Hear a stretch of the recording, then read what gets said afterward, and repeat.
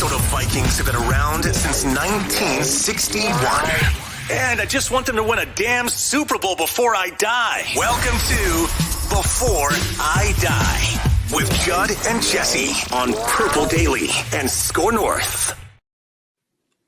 Just one before we die. It's not this year, guys. We're just going to put it out there. We're not getting that one this year. Your Minnesota Vikings now 0-3, falling 28-24 to the Chargers this past weekend. I'm Jesse Pierce, the positivity on the show, if you will, but you will not believe that because today I have 0 ounce of positivity for this team, but that's what you get. Luckily, it's hockey season where you can also find my work. He's our favorite sports dad, Mr. Judd Zulgad. He was out. I like the Whalers. And over there, we got a good Whalers representation from our producer, Ross, who is joining us on a day off where he could have spent mourning the Vikings loss alone and in solitary, but instead decided to join us to rouse up the Purple Faithful on another episode of Why wouldn't you want to talk about this team today? It's just, I just want one win before I die right now. Well, I don't. No wins. No. Commit to it. They're not going to. That's the problem. I know. They never do. They're not going to. I'm just waiting for the meaningless 3-game win streak when they tell us we didn't believe and now everyone's hopes get back up. Yep. That's coming too. Well, let's hope that starts after Kansas City. Could we get this is a must loss coming up this next weekend. I mean, we'll get into all that first. I just would like a moment of silence for Minnesota sports as a whole from across the weekend. So please. Yep. Yeah, because it sucked. It was not good. There's no good way to put that. It wasn't Miami Dolphins destroying the Denver Broncos bad. I mean, Colorado, that state had a pretty tough weekend for college football and pro football as well. But it's just more painful to be us. So how is everybody feeling? Now it's setting up for a doozy of a weekend. 2 0-3 teams with the Carolina Panthers on the horizon. I believe Adam Thielen, our beloved Adam Thielen, who I don't know if you guys know this, is from Minnesota, I think. Actually, I think he played college football in Minnesota. Played for the Vikings too, I believe. Undrafted? Undrafted, in case that's news to anybody. But he said it's feeling like playoffs. And I was like, this is of the Turd Bowl. Like, it's not. Yeah, 2 0-3 teams that are, I mean, I don't know at this point. It's a 17-game season, so there's a lot left. But, man, 2 of these 3 defeats, the Eagles' loss was tough to watch, but I get it. You're in Philadelphia. But, I mean, 2 of your home games, and by the way, you don't have 9, you have 8. And you've lost 2 home games to 2 teams that you should have beaten. And now, to Ross's point, you got the Chiefs next. And my only question is Tay-Tay going to be in a suite? Watch Travis Kelce. We might get to that a little bit later on at Carolina, then Kansas City. It's funny how things snowball, Judd. I honestly think if the Vikings would have won in week 1 against Tampa, they probably win in week 3 against the Chargers. But doubt starts to creep into your head. Maybe when you're 0-2, you've had things go against you.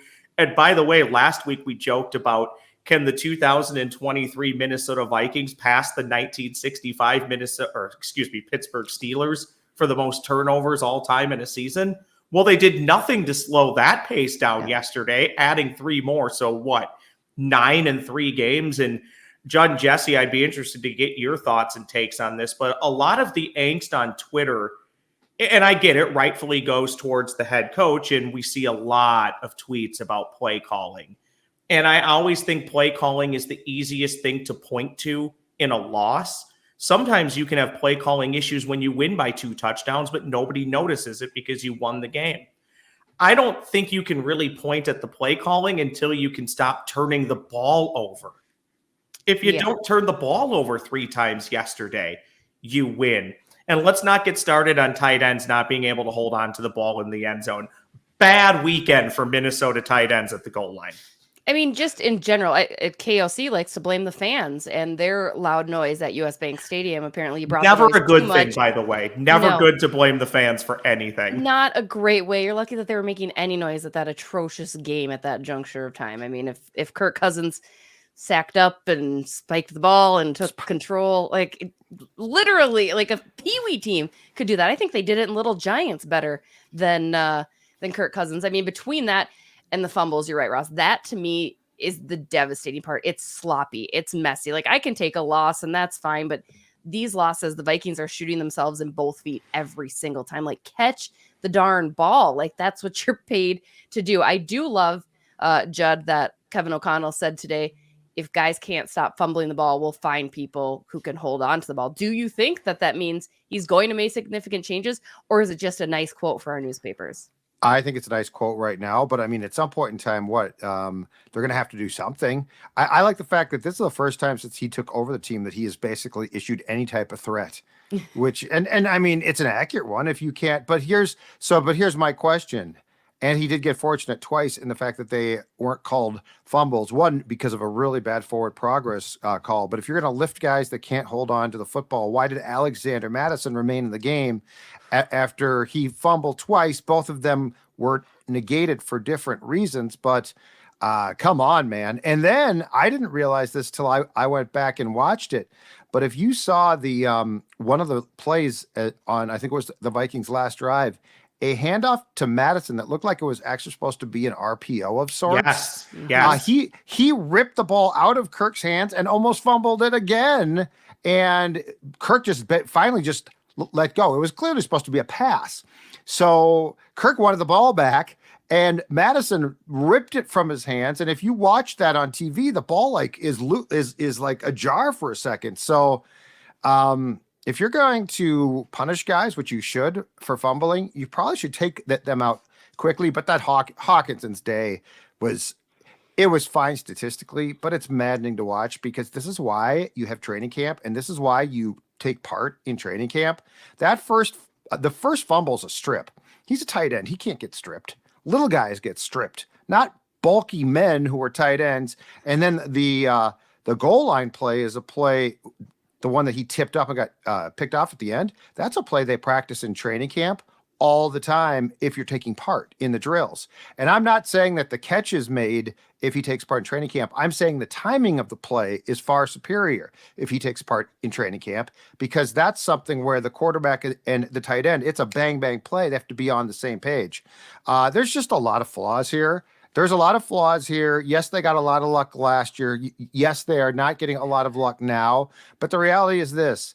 They deserve to lose games. Like, they're doing enough to lose games. And when you can't hang on to the football, when your quarterback does not have the cojones to clock the ball. I went back and watched that play. I've watched it now 10 times. And I've come to the conclusion Kirk didn't even think about. He forgot he could clock the ball. No. Yeah. You could tell he never even thought about it because the entire time he's trying to hear the play call. He's trying to hear the play. But I mean, you gotta, but here's the other thing. So the breakdown of that play, if you go back and watch it, is actually at the with 37 seconds left. Hawkinson catches the first down pass. TJ gets up and flips the ball to the official like it's a first down and it's college and the clock stopped, but it didn't. Watch that whole sequence. They're borderline huddling, John. They're muddle. They call it a muddle huddle. And yeah, Kirk is like got the clenched teeth and he's listening for the play. It's like, dude, get to the line of scrimmage, spike the ball. And then if something's wrong with your headset, you know who you tell? The official. Something's wrong with my. So I mean that was I think Kirk, for lack of a better term, you guys, I think he freaked out. Yeah, I mean, he needs to be better than that. I think we said going into the season, right? He doesn't have that dog in him that I need for my quarterback. I want somebody that's going to take that step, make that initiative, make that freaking move, man. Like, just figure it out. You're not a rookie in this league. You know better than that. It's just a mistake. And again, it goes back to all the mistakes that the Minnesota Vikings are making. That's so frustrating. Like, this should not be happening at the professional level at all. Was there a more quintessential Minnesota Vikings week as a fan, or even Sunday, than watching New Orleans dominate Green Bay for much of the day, somehow still losing? The Lions win, so both teams go to 2-1 for a week. We even said it on this show, whether you wanted to believe it or not. Hey, if the Vikings win, there's a chance they're maybe tied for first place or realistically only a game out of first place. Well, that doesn't happen. Both of those teams win. And then to go the Hawkinson route, Judd, you mentioned Sam Laporta. I believe one of the picks that Laporta was taken with was with the Vikings pick. And here Laporta is setting all of these early season records for NFL tight ends, and the Vikings tight end is fumbling and not catching balls in the end zone. It's just, It's the classic woe is us, and this is why we do shows like Before I Die. It is woe is us. It's sad. Now they can't play in the red zone. Can't hold on to the ball.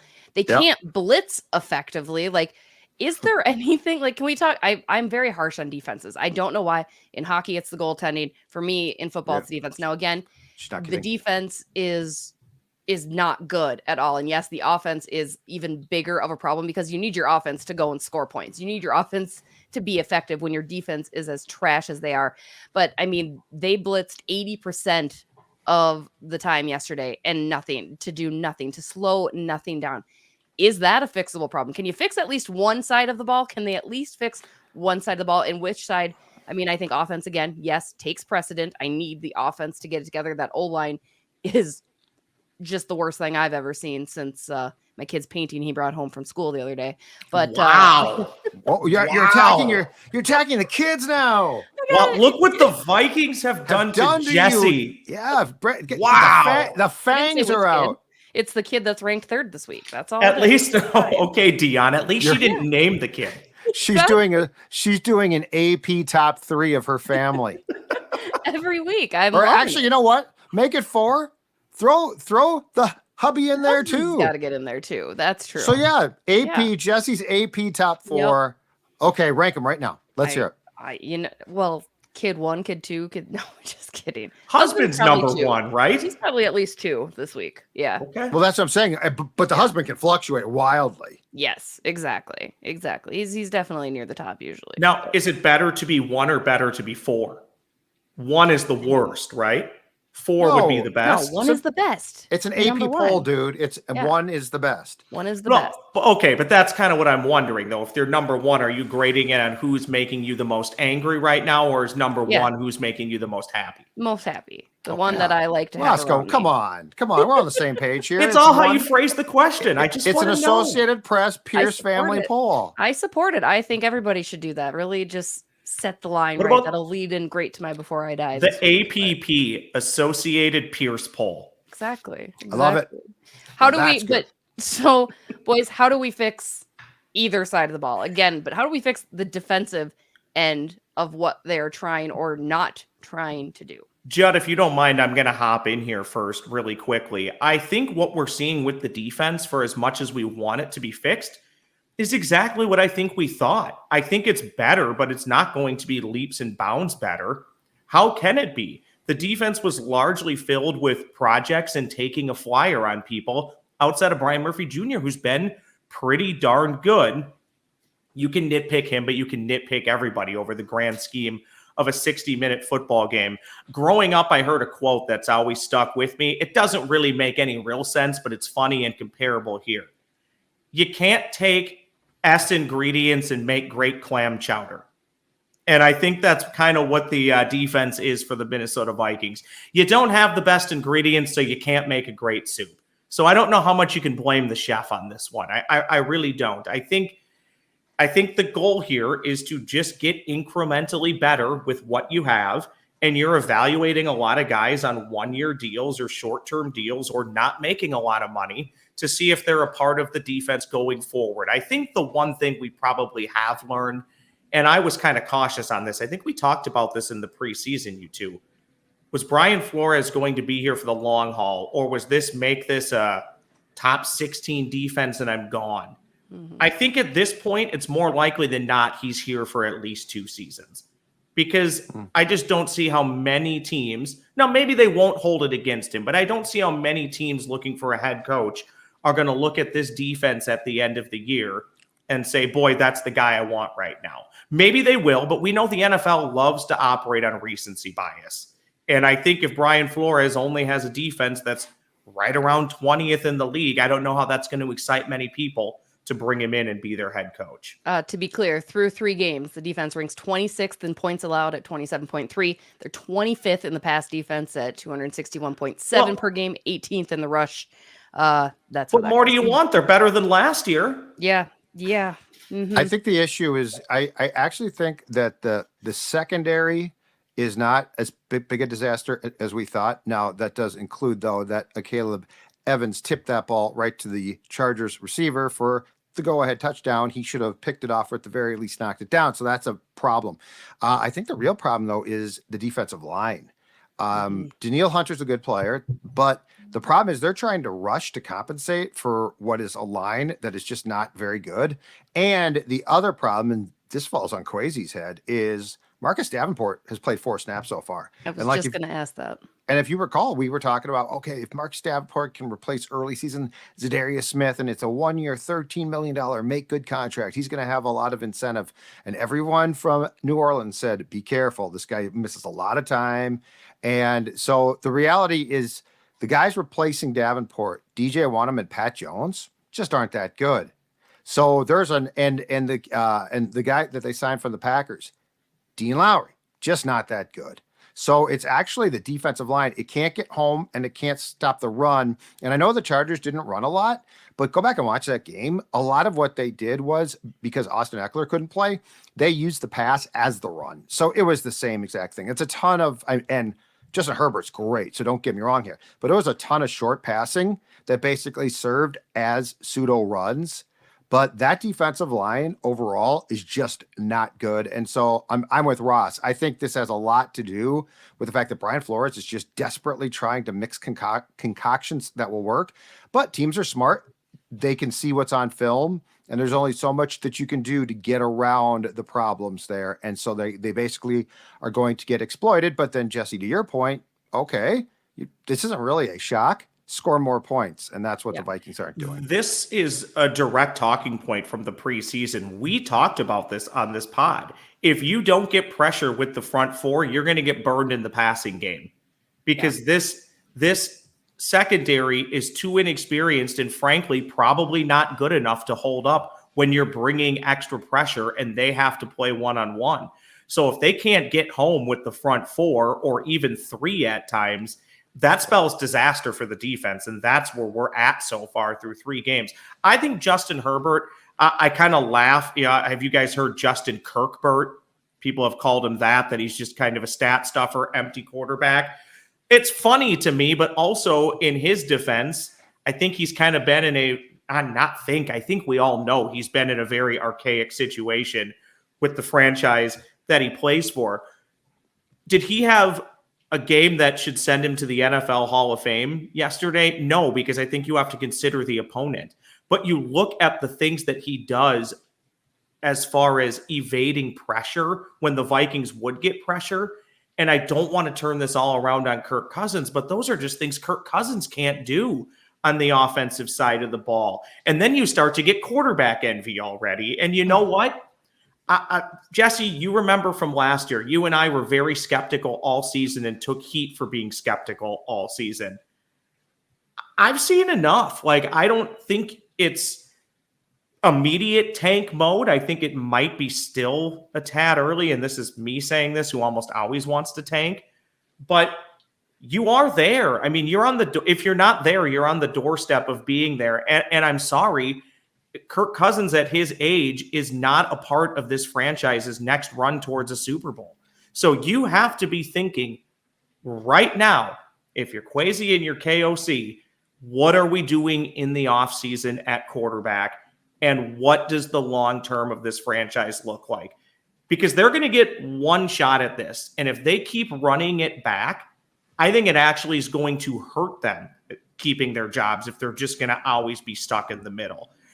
Kwesi needs to go to the Wilfs, Judd and Jesse, in my opinion, and say, you hired me to do a job, let me do it. I've tried doing it your way. We've tried the competitive rebuild.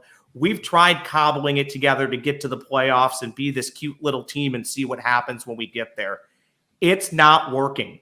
Let me tear it down and build it back up again. I think that just has to be done. If we're not at that point in the season yet, we are dangerously close to being there. And a loss at Carolina, I think, would firmly put you in tank mode. I think Kirk would like to start going Jets, Jets, possibly, right? No, I mean, I think you're absolutely right. It's like you're reading my mind, Ross, because that was going to be the next talking point. So, Judd, certainly, if you have anything to elaborate on Kirk, it just kind of seems the writing is on the wall that the Vikings need to probably move on from Kirk Cousins, after this season or at some point during this season. And I know Our Kirk faithful are going to be very sad to hear that, because they love to think over at Purple Daily we hate on Kirk 24/7. That's not the case. But 64% completion against the Chargers, 3 touchdowns, 1 interception. Just each week has been a little bit worse for Kirk. And again, that's the offensive line's fault more than it is Kirk's fault, but he still needs to take a hold. The killer yesterday, again, was his lack of leadership out there on the field. That's what I need from a quarterback, is not only to be a good quarterback, put the ball in the right people's hands, but to be able to make those on the fly decisions, which we have seen season and season again that Kirk just simply can't do. I don't think Kirk is going to come back. I do think that he will not approve a trade, though. I think the only way Kirk would approve a trade is if he got an immediate contract extension. So I don't think he would approve a trade to go play out his contract elsewhere. I mean, that's not sort of how Kirk rolls and operates. And also, guys, if you go back to 2020, this exact scenario presented itself. Mm-hmm. And we all said that they should dump. They won't. The Wilfs will not do it. I could tell you for sure. And this guy right now is in deep doo-doo in Chicago. So I'm not saying he would have been great. But their first choice was Ryan Poles, who's now GM of the awful Bears. And Poles supposedly said, I want to strip this thing down. And they said, no. They said, we don't do that.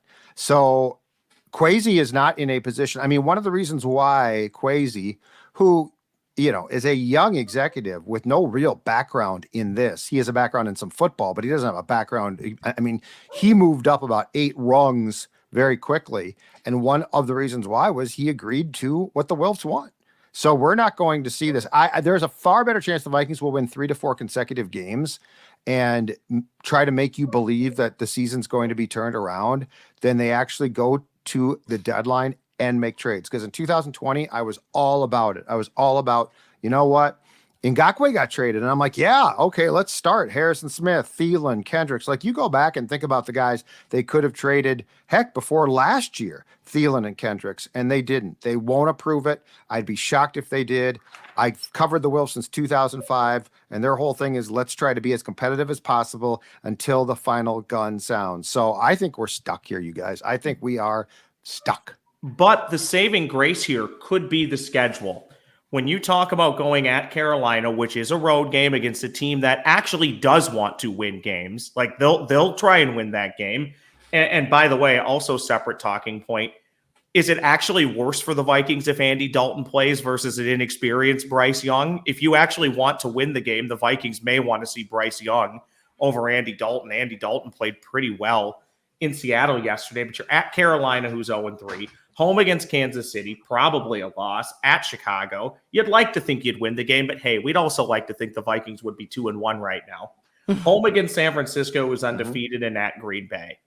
Let's just say you win 3 of those. You're 3-5 at the trade deadline. Mm-hmm. Do you really think at 3-5 they would look at this team and say, we need to stand pat? I think they would look at that and say anything of value, which, by the way, you never get that much for NFL players unless you're trading for a draft pick or a superstar. But wouldn't you look at that at 3-5 and say, hey, Harrison, we can send you to the Niners, who are 7-1, and we'll pick up a 5th or 6th round pick. I don't know why you wouldn't do that, because at 3-5, you're not more than likely not making the playoffs, because you still have to get to 9-8 to at least have a chance. Does anybody believe that's going to happen? The Wilfs don't even believe that's going to happen. The Vikings in 2020, and I believe the trade deadline hit at the bye week, which was very convenient. The Vikings in 2020 were 1-5, and they traded Ngakoue and no one else. And they then won 3 consecutive, and 4, 5, 6, and 5 of 6. There is a better chance they will try to do, but so you were in 2020, you were dead. Like, you weren't on life support. You were dead, it looked like. And they had a chance to trade veterans, and they traded one guy, and it was a late pickup who was not a fit. That's all I'm saying. They don't do it. Okay, how about this? And please both weigh in. The J team, Judd and Jesse. Is it fair to start questioning if they even know what they're doing? But what you bring in Dalton Reisner, who, not knowing the playbook, would be better than Ed Ingram. How could he not be on the field? Was he not on the field because Garrett Bradbury wasn't playing and they didn't? Typically, when you bring somebody in, the center can really help the guard, or with the line, explain what's happening. Maybe that's why they didn't do it. He should have been playing. You mean to tell me Cam Akers couldn't get caught up to speed with a coach that he knows enough to be on the field, maybe catch a few passes? You're bringing guys in when your season is on the line already at 0-2, and neither one does a damn thing of consequence. I don't understand what the bleep they're doing. Those guys should have been brought in before the season even started. And then you bring them in, and they do nothing. What is the point? Now your season's over and you just committed money to Dalton Reisner. And at the end of the day, you more than likely committed absolutely nothing for Cam Akers. So that doesn't bug me as much. But the Reisner thing is stupid to me. And he was in at the end of camp for a visit. It's just, to me, it's inexplicable. It's dumb. He should have absolutely at least played a few series, and I don't get it. And maybe I'm overreacting. But to me, it's negligence that they weren't on the roster at the beginning of the year. And then it's negligence to not get them to the point of being able to play in a game you need to win. And this has been in this week's edition of Ross's Rants. Thank you. That feel good? Ross, very It did. It did. No, I you're absolutely right. It is. There's an incompetence that I don't think we can really understand why. And it not even an incompetence necessarily. Is it arrogance? Like fear. It's but also it seems to me a fear. You want it to make it seem to put on this facade that you know what you're doing. Like, yep, we are doing this and doing just enough, quote unquote, just enough, like getting your Dalton Reisner and getting Cam Akers and saying, oh, look, but we did this. We are addressing the problem, even if it's not. They know it's not. That even those pickups don't do a whole lot to move the needle for me. I mean, it's certainly better, but it's not like, oh my gosh, yes, they're really committed to this. So I think part of it is it's an illusion that Kwesi and company are kind of making to get through this season. Because as Judd said, they're not allowed to do a full rebuild, but he knows that's the only thing that's going to fix any of the problems that the Minnesota Vikings are having. Yeah, no sane football executive would ever say the term competitive rebuild unless they basically had a gun to their head and were being forced to talk about, hey, this is what I'm planning to do, without saying I took this job because it's a great offer, but I don't have the control that I would like. So this is also and Jesse, I mean, you have covered teams in this exact same predicament. This is the first time that these two guys have had to deal with adversity as leaders. Mm-hmm. Like, that changes everything. Last year was a magic carpet ride, and it was fun. And yeah, they got a lot of breaks, but you know what? They still won 13 games, and everything went right. And I've always said this, the measure of a GM and a coach, who we deal with a lot more than GMs, but the measure is this: what happens when your phone rings at 3 a.m. and a guy's been arrested, or it's bad news about a player, because now this is your problem. In fact, I asked O'Connell this question in training camp last year. I said, as McVay's OC, Kevin, you were okay. McVay would call you, so-and-so got in trouble. Okay, that's a pain in the ass, but I just have to scheme around that problem. Now I'm in charge of that problem. Or this: what happens when the breaks don't go your way? What do you do? How do you fight it? How do you then, because this is where, and Baldelli experienced this, when the good guy act gets taken away, and now it's like, you can't be the fun parent, Jesse. You can't be, you know what? I'm sure it's all well and good when you got the kids in the back of the car, you're going to Mickey D's to get shakes and fries, right? But what happens when a kid spills it or purposely throws a tantrum? Yeah. Like, you can't be their friend, you're their parent. So there's just, to me, one of the most interesting things about being around sports is covering these variables of things that happen. And it's all well and good when you're on a hot streak and things are going great and everyone's yucking it up. But what happens when the tide turns and now you have to try to put an end to it and hold accountability on people who were probably like, I thought we were friends, Kevin. So it's a really interesting dynamic. And I almost, in some ways, relish seeing it, because you find out a lot more about people now than you do when they win 13 games, Jess. You're absolutely right. Leading off of that, rather, I think we got some interesting comments from YouTube that go along with the speculation and the things that we are all saying here, Ross. Comments from YouTube. All right, first comment up comes from Thomas Bugie 8074 on YouTube, who says, embrace the suck and be bad for a season or two, and we can get a much brighter future. Question off of the comment. When is it okay to embrace the suck? What's the record? And are we already there? Judd, why don't you start this one? Well, I'm all for this. I mean, and anyone who knows me knows that I am all for tearing down, embracing the suck. And when luck is not on your side, if that's the case that that you would partially want to make about this team, embrace that too. Okay, we're not getting the bounces. Guess what? We're gonna lose some more games.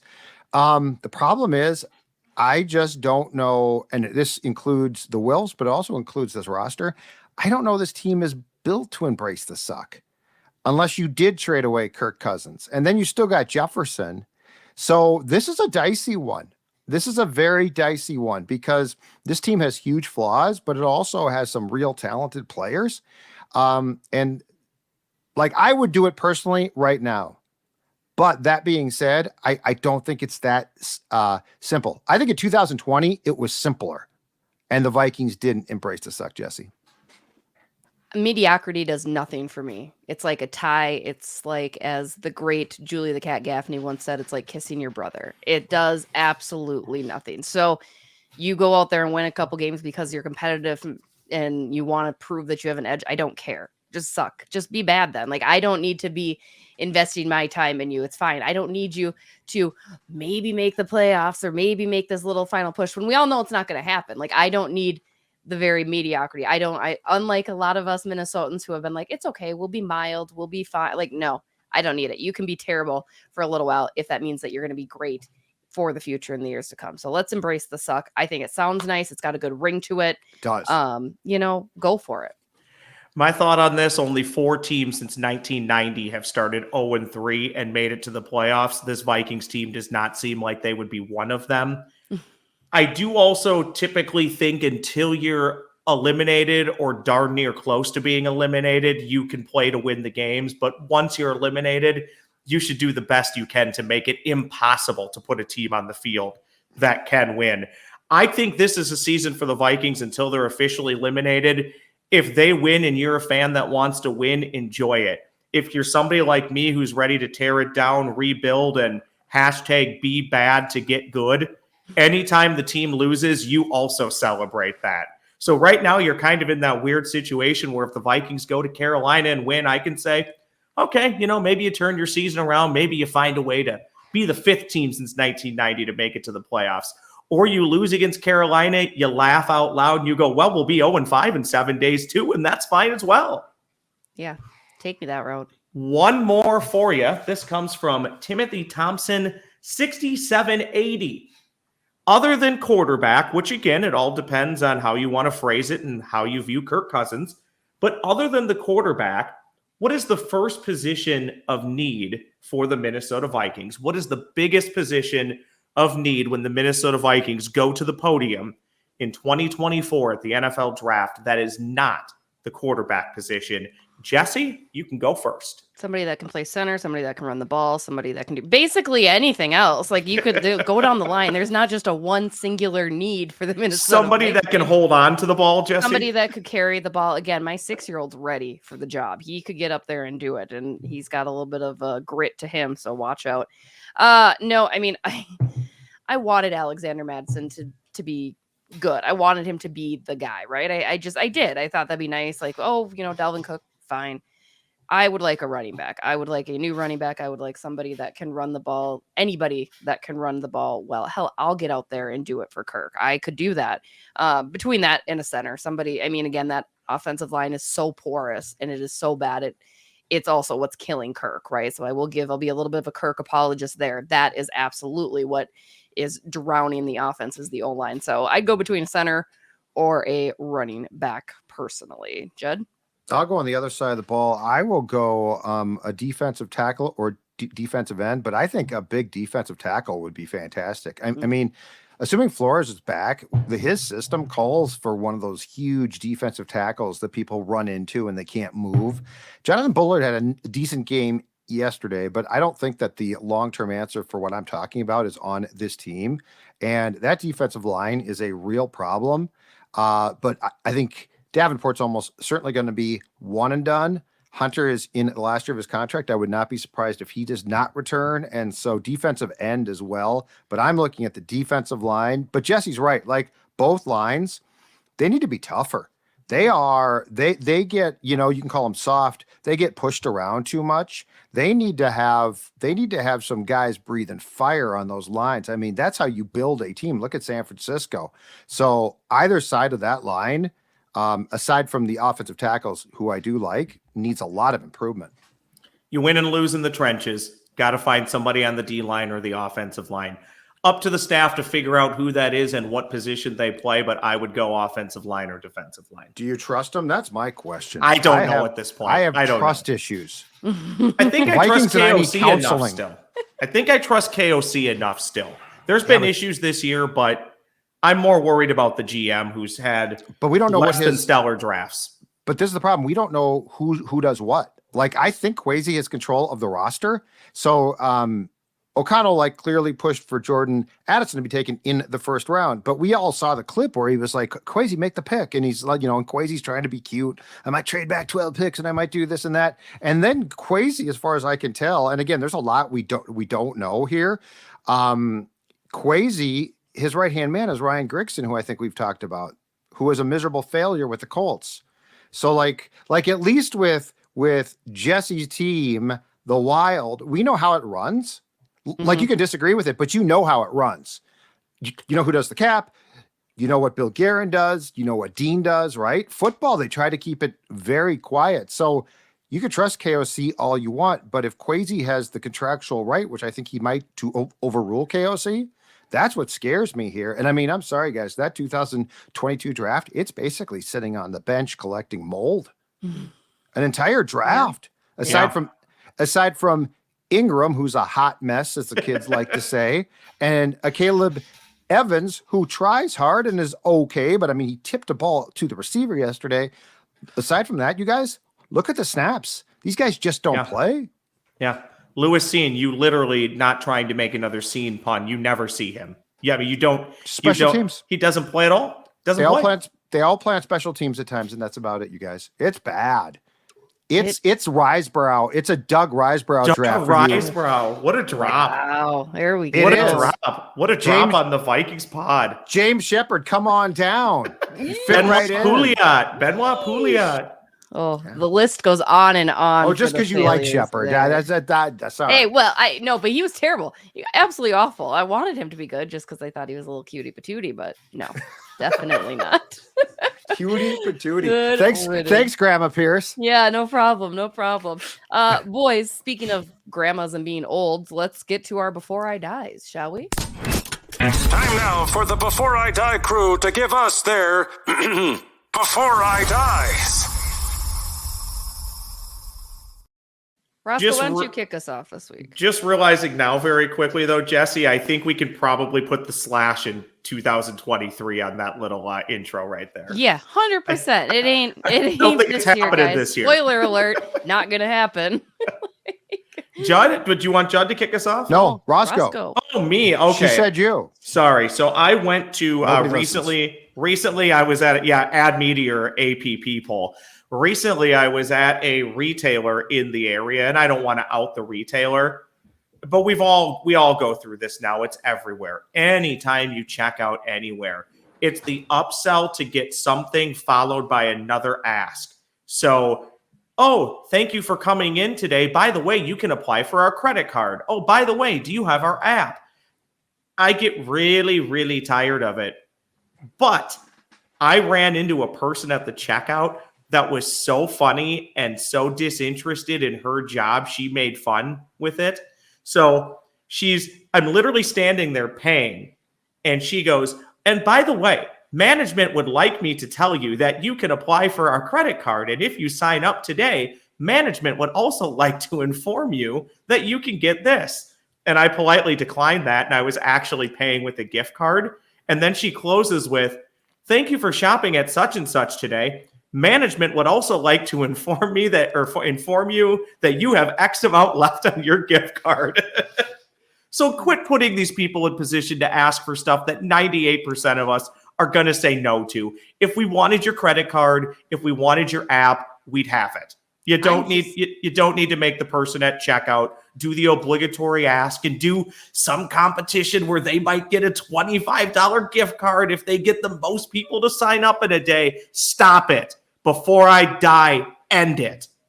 I'm shocked that you even had like a real person as a cashier. I don't know the last time I've had a real interaction with a human. They're going being away. At a store. Yeah. They're going away. Target, you almost have to use the. They have like one lane open. There's another story as to how I even ended up in the line, because I actually try and avoid the people so I don't have to get that spiel. I got a question about that. Why?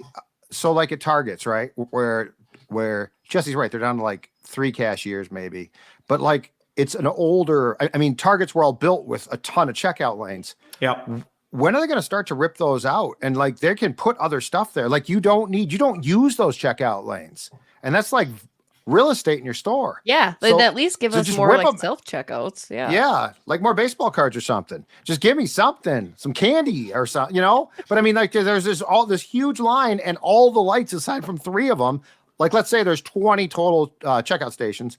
3 lights are on, and then the rest is all of the self-serve, which all the kids go to now. Like they don't want to stand in line, and I don't blame them. So just a question. It's weird. Do you guys have hard and fast rules for using the self-checkout? Like if you have too many items, do you need to go to the line? That'd be the ideal, but if you don't have a cashier, like, because I run into that at Target all the time. Usually I do a Target pickup, let's be honest, because I don't have That's what Dawn does. Do that, right? It's just easier. Plus I don't get distracted by all the cool things that I want at Target that I didn't need. I get what I need. It's out.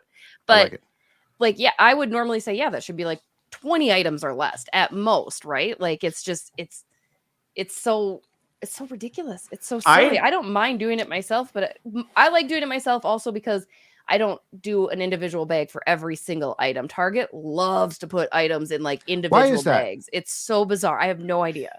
They think we all need poop bags for our dogs in the backyard. I'm not sure. I mean, I buy those online. Yeah. Actually, Dawn does. I'm shocked to learn that Judd is actually doing the pickup because you have to do stuff on the app for that, Judd. Dawn does it. Dawn does you just go actually pick up. I go pick it. I'm the fetcher. Okay, got it. So I fetch food. I fetch groceries because she'll do this with Cub, and so then I'll go get the groceries. But I do nothing. I do none of the app work. Yeah, that's fair. Because she's smart and I'm productive. Like as far as like I can go do things. Fair. Listen, I'm not one of these guys who's like, oh, I'm the man of the house. She runs the house. I just listen to what she says. Smart man right there. Also Brilliant. a smart man. Do you have your Before I Die? High on the rankings. That's why. Yes. Very high in the husband rankings. Uh-huh. What you got for Before I Die this week, Judley? Oh, boy. I mean, it was such a great weekend. You know what? Before I die, I want to compile a really, really solid list of the greatest Gopher football meltdowns of all time. I was talking to Ross, who was in Evanston for the game on Saturday. But here's the thing about the list, okay?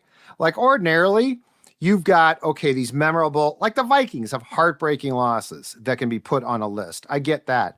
But the Gophers, they so have dominated how to lose games in just a glorious fashion that they have different lists. They've got the 84-0 Nebraska category, which can't be confused with what happened on Saturday, because that's not, getting boat raced is not a meltdown. You just got boat raced, but it's still 84-0 or what Oklahoma did. Then you've got like the Northwestern loss, the improbable to an awful team, a terrible program now. You got the Wisconsin loss in 2005. I want to put together a list of there's 5 categories of Gopher defeats. Before I die, I got to assemble that list because of the special nature of this program to lose in different but glorious ways, including Saturday's game. Shameless plug here, Judd. Why don't you put together your list? I'll put together my list, include some honorable mentions, and we'll talk about it on the soon-to-be award-winning Minnesota Sports Chat podcast, okay? I like it. I'll be tuning in. Iowa State won this weekend, just in case you guys are wondering. Good for you. Who'd you beat? Oklahoma State. Yes. Yeah, Gundy's fallen on really hard times. So you lost to Ohio. So you lost to Ohio and beat Oklahoma State. They won this weekend, Judd. That's all that we care about. They got a victory in conference play. Is Matt Campbell in trouble? Yeah, should have gone to the NFL. Did Matt try and fight a fan again this weekend? I don't know. I watched that. What the hell's he doing? They're passionate fans. They got passionate fans down there. Just don't pay attention to them. You hear that even when you're winning games, people take shots at you. Just don't pay attention to the guy. Well, they love him one year, they hate him the next. What are you going to do? Cyclone fans aren't passionate. They're drunk. They're very drunk. Take us home, Jesse Pierce. Before I die, the school system and like the bus systems will go back to like carry, like, I don't know how to word this.